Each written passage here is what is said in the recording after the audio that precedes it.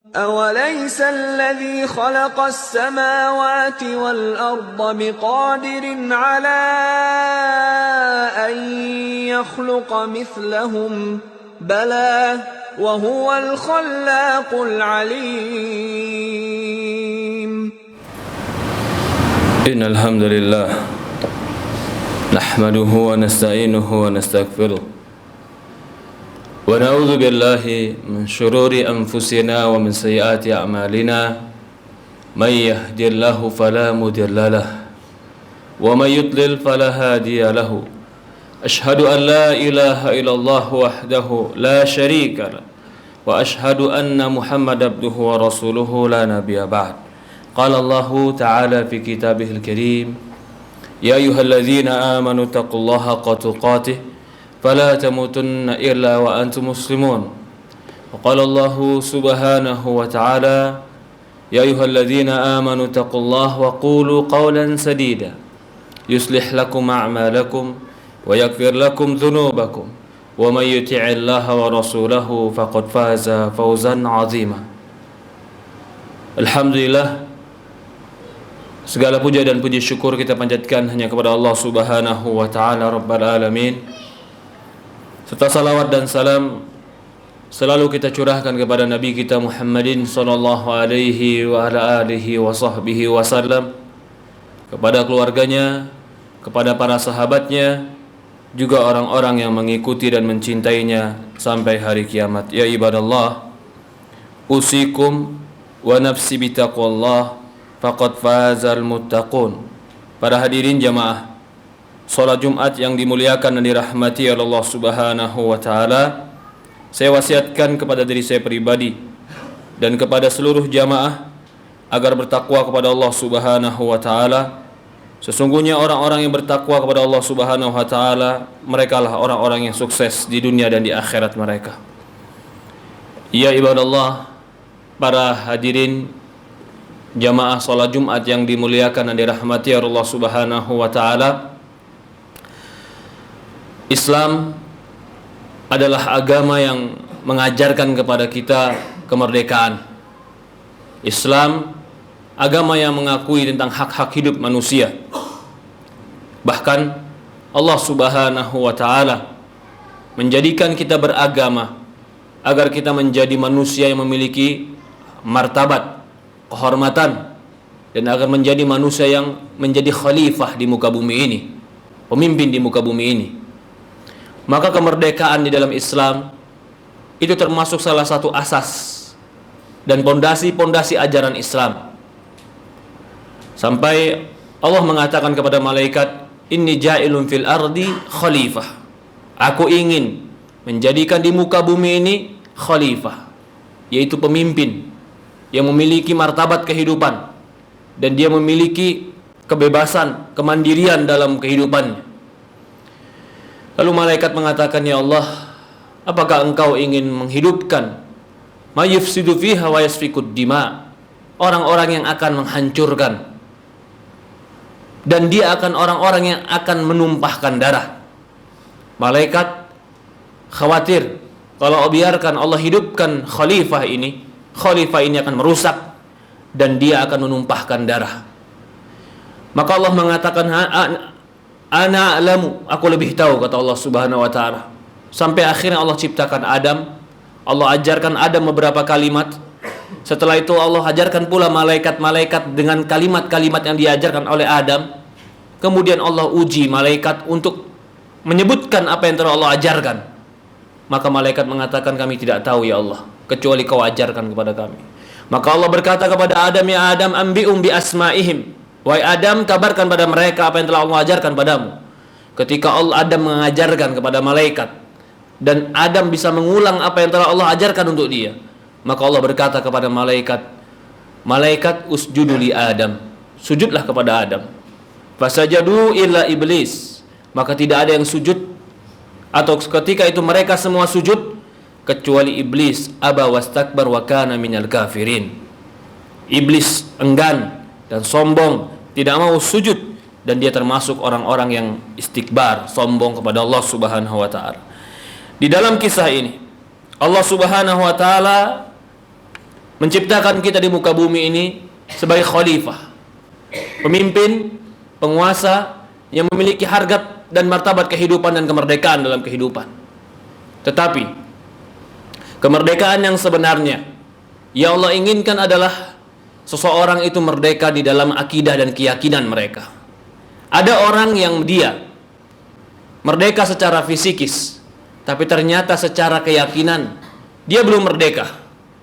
Dia masih menjadi hamba dan budak. Dan dia bukan menjadi budak atau hamba yang maha kuasa, tapi dia malah menjadi budak dan hamba kepada makhluk-makhluk yang lemah. Ini adalah bentuk daripada penghambaan dan perampasan kemerdekaan. Bagaimana seorang manusia yang khalifah, yang Allah jadikan pemimpin, lalu dia menghambakan dirinya kepada patung. Dia menghambakan dirinya kepada yang telah mati, menghambakan dirinya kepada selain Allah yang tidak memiliki apa-apa. La yadhur wa la yanfa'. Tidak bisa memberikan madarat, tidak bisa memberikan manfaat. Itu adalah termasuk penghinaan diri dan termasuk penghambaan yang hina. Maka Islam datang untuk mengajarkan tauhid, membebaskan dari segala keyakinan yang menghinakan diri kita kepada selain Allah Subhanahu wa taala. Wa ma umiru illa liya'budullaha mukhlishina lahud-din hunafa. Kata Allah Subhanahu wa taala, tidaklah mereka diperintahkan kecuali agar mereka mendirikan agama yang hunafa, agar mereka mentauhidkan Allah, mereka bebaskan keyakinan-keyakinan dari penghambaan selain Allah. Bahkan mereka harus berjalan di atas hunafa, kesucian jiwa dan kemuliaan jiwa. Maka tauhid, beribadah kepada Allah, menjadikan Allah yang tempat kita meminta, menjadikan Allah tempat kita memohon, karena Dia yang menciptakan, Dia yang menghidupkan, Dia yang mengatur, Dia yang menakdirkan. Itu adalah bentuk penghormatan dan itu bentuk kemuliaan jiwa. Tetapi ketika menjadikan selain Allah tempat meminta, patung tempat meminta, jimat tempat meminta, atau bergantung kepada selain Allah yang tidak bisa memiliki mudarat dan manfaat, maka itu adalah bentuk daripada kehinaan dan bentuk daripada kerendahan, dan ini bagian daripada penghambaan, artinya lawan dari kemerdekaan. Selama mereka melakukan kesyirikan, maka mereka belum merdeka daripada tauhid kepada Allah Subhanahu wa taala. Ketika mereka terkungkum dengan sesuatu yang lemah yang tidak bisa memberikan manfaat dan mudarat, lalu mereka meyakini sesuatu yang tidak bisa memberikan manfaat dan mudarat itu adalah dengan keyakinan yang salah, maka ini adalah bentuk daripada penghinaan dan belum bentuk daripada kemerdekaan. Maka orang yang merdeka, dia memerdekakan dirinya dari segala bentuk kesyirikan. Dia memerdekakan diri dari bentuk segala penghambaan dan penghinaan diri kepada makhluk-makhluk yang lemah. Dia tidak bergantung kecuali kepada yang maha kuat. Itulah orang mukmin, dan inilah tujuan Allah menciptakan kita. Kata Allah Subhanahu wa taala, "Wa ma umiru illa liya'budullaha mukhlishina lahud-din." Kata Allah Subhanahu wa taala, tidaklah mereka diperintahkan kecuali mereka hanya beribadah dan mengikhlaskan, mentauhidkan Allah Subhanahu wa taala. "Wa ma khalaqtul jinna wal insa illa liya'budun." Tidaklah aku ciptakan jin dan manusia kecuali beribadah kepadaku. Ya ibadallah, di antara bentuk kebebasan dan kemerdekaan jiwa adalah ketika jiwa, raga tidak menjadi hamba kepada sesuatu yang tidak memberikan manfaat dan mudarat. Ketika dia habiskan tenaganya, ketika dia habiskan waktunya, ketika dia curahkan semua kekuatannya hanya untuk sesuatu yang tidak bermanfaat di akhiratnya, atau tidak bermanfaat dengan hubungan Tuhannya, maka dia pun bisa dikatakan sebagai hamba, yaitu perbudakan. Ada orang yang dibudak dengan hawa nafsunya, ada orang yang dibudak dengan hasrat jiwanya, ada orang dibudak dengan jabatannya. Ini pun perbudakan.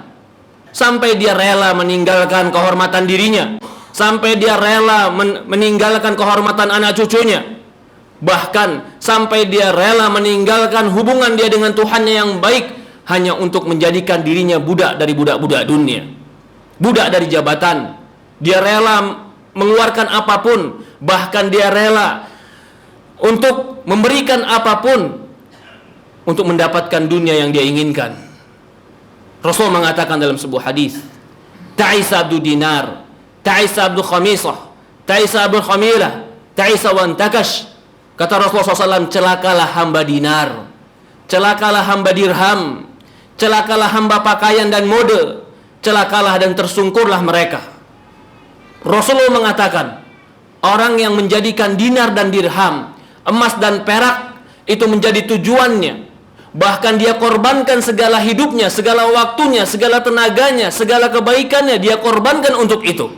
Bahkan dia korbankan akidahnya, dia korbankan agamanya hanya untuk dinar dan dirham, hanya untuk emas dan perak dan uang, hanya untuk jabatan, maka dia telah menjadi hamba. Kata Rasul, ta'isa, celakalah hamba dinar, celakalah hamba perak, celakalah hamba khamisah. Khamisah itu adalah hamba pakaian yang dihabiskan hidupnya hanya untuk mengumpulkan uang dan emas. Ketika habis tenaganya, habis pikirannya, habis waktunya, dia taruhkan harga dirinya. Ternyata ketika dia dapatkan hartanya, cuman hanya untuk beli pakaian dia. Ternyata hanya untuk mendapatkan jabatan dia. Tapi apa yang dia korbankan? Yang dia korbankan adalah agamanya.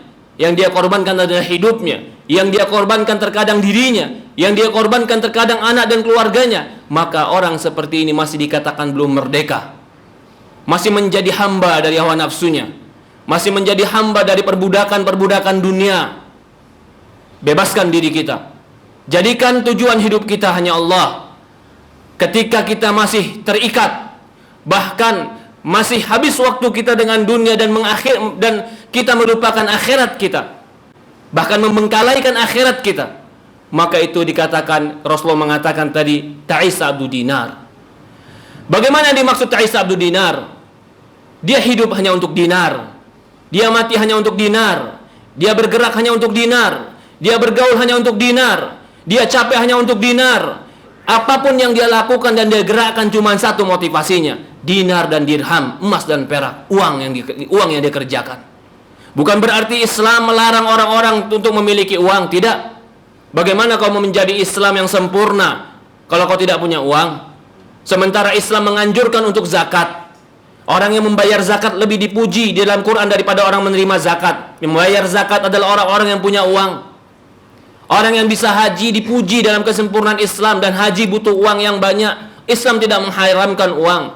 Bahkan Islam menganjurkan kalau memang uang itu kita gunakan untuk mendekatkan diri kepada Allah. Tapi ketika hidup kita hanya untuk uang, tenaga kita hanya untuk uang, waktu kita hanya untuk uang, dan semua yang kita miliki hanya untuk uang, ta'isa abdu dinar. Ini yang kata Rasulullah SAW, mereka masih menjadi budak-budak uang. Dan ini bukan termasuk daripada ajaran baginda Rasulullah SAW.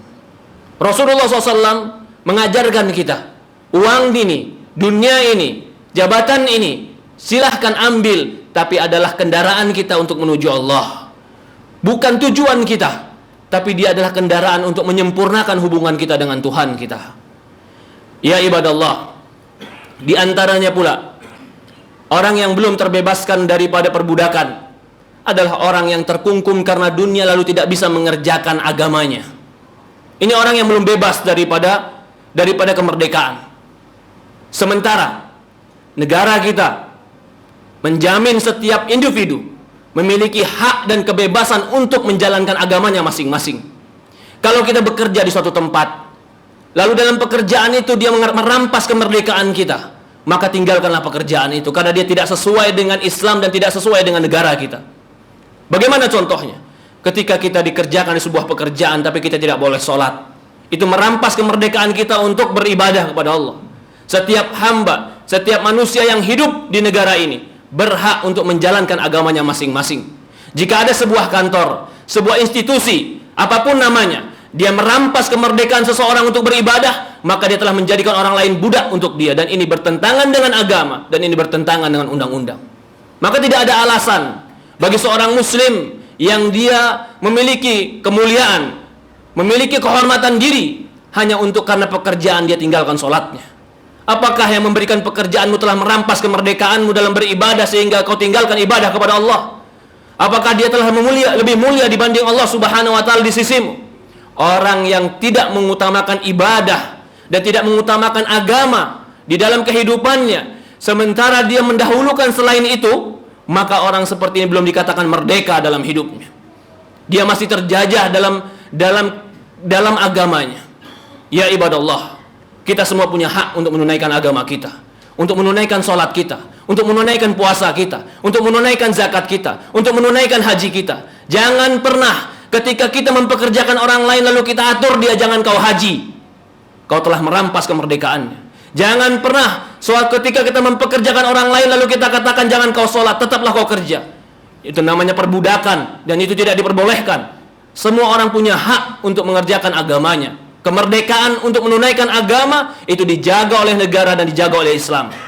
Dan diantaranya juga kemerdekaan seorang muslim adalah dia merdeka selain mengerjakan ibadahnya, dia merdeka untuk meyakini apa yang dia yakini dari agamanya. Selama itu berdasarkan kepada Al-Quran dan hadis, selama itu berdasarkan kepada nilai-nilai agama yang benar, selama itu berpondasikan kepada pemahaman-pemahaman Ahlussunnah, maka dia memiliki hak untuk berkeyakinan. Dia memiliki hak untuk mengeluarkan pendapatnya dalam agama dia. Tidak boleh seorang pun untuk mengucilkan, tidak boleh seorang pun untuk merampas kemerdekaan dia.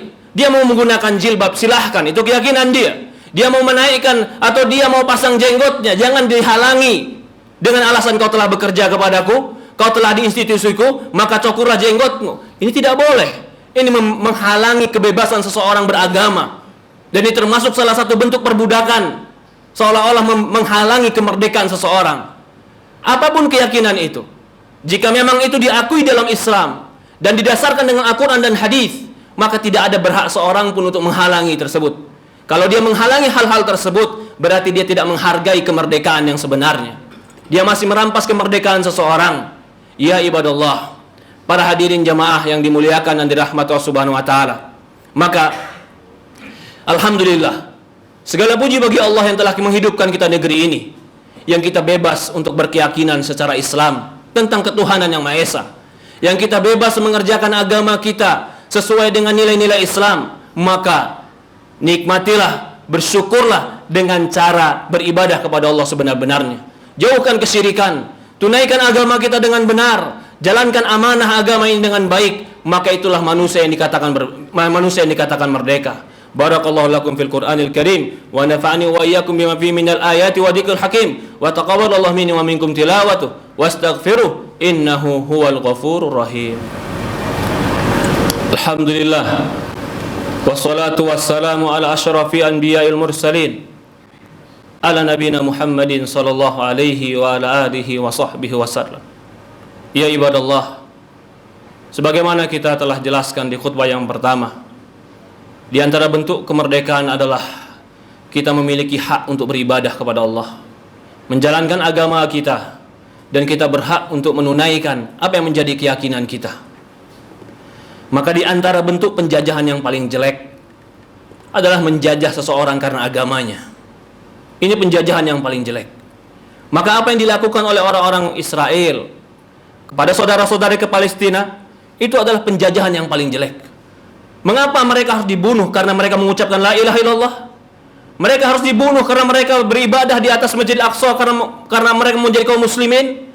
Maka penjajah sebenarnya adalah orang yang tidak membiarkan orang lain beragama dengan benar dan memaksakan agama mereka dengan orang lain, bahkan membunuh kaum muslimin. Maka itu kita, di antara bentuk kemerdekaan yang harus kita perjuangkan sama kaum muslimin adalah kemerdekaan saudara kita di Palestina. Mereka tidak meminta apa-apa. Mereka cuma ingin beribadah kepada Allah di tanah nenek moyang mereka.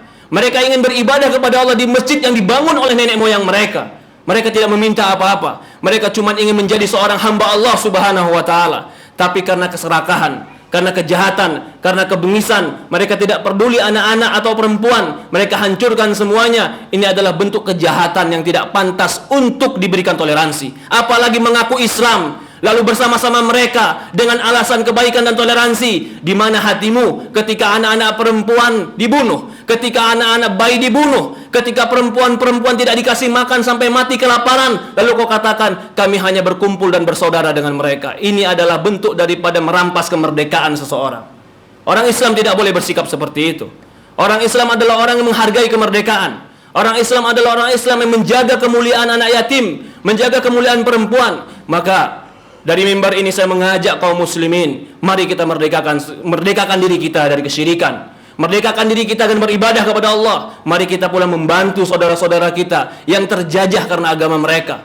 Tidak boleh kita memberikan ruang-ruang atau tidak memberikan ruang-ruang kepada orang-orang yang ingin menghancurkan saudara-saudara kita. Semoga Allah Subhanahu wa taala membantu saudara-saudara kita di Palestina, memberikan kekuatan pada mereka. Semoga Allah Subhanahu wa taala memberikan keajaiban kepada mereka dan menghancurkan musuh-musuh Allah. Semoga Allah Subhanahu wa taala meluluhlantahkan orang-orang yang ingin menghancurkan agama-agama Allah. Semoga Allah Subhanahu wa taala berikan pertolongan dengan malaikatnya. Allah berikan pertolongan dengan kekuatannya. Semoga Allah Subhanahu wa taala menangkan kaum muslimin. Allahumma shalli ala Muhammad wa ala Muhammad kama shallaita ala Ibrahim wa ala Ibrahim innaka Hamidul Majid. Allahumma barik ala Muhammad wa ala Muhammad kama barakta Ibrahim innaka Hamidul Majid. Allahumma arinal haqqa haqqan warzuqna ittiba'ah wa arinal batila batila warzuqna tinabah. Allahumma nas'alukal huda wat tuqa wal afafa wal ghina ya muqallibal qulub tsabbit qulubana ala dinika wa tsabbit qulubana ala ta'atik. Rabbana ighfir lana wa liwalidayna warhamhuma kama rabbayani shaghira. Rabbana atina fid dunya hasanah wa fil akhirati hasanah wa qina adzabannar. Walhamdulillahi rabbil alamin. Aqimus shalat.